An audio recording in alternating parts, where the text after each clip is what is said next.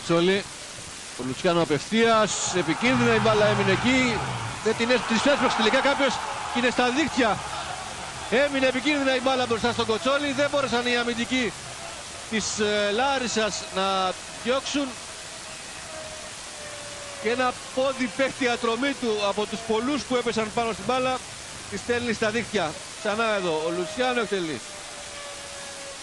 Κοιτάξτε πως έμεινε η μπάλα εκεί επικίνδυνα.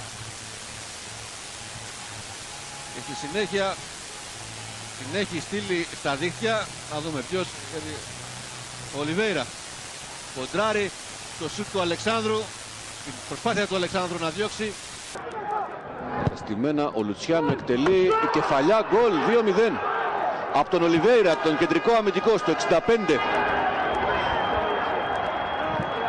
Εδώ ο Βραζιλιάνος πετυχαίνει το δεύτερο γκολ του ατρωμή του σε μια φάση που βγήκε από το πείσμα του Λουτσιάνο, ο οποίος κυνήγησε την μπάλα, κέρδισε το κόρνερ του Λεοντίου, εκτέλεσε μόνος του το κόρνερ.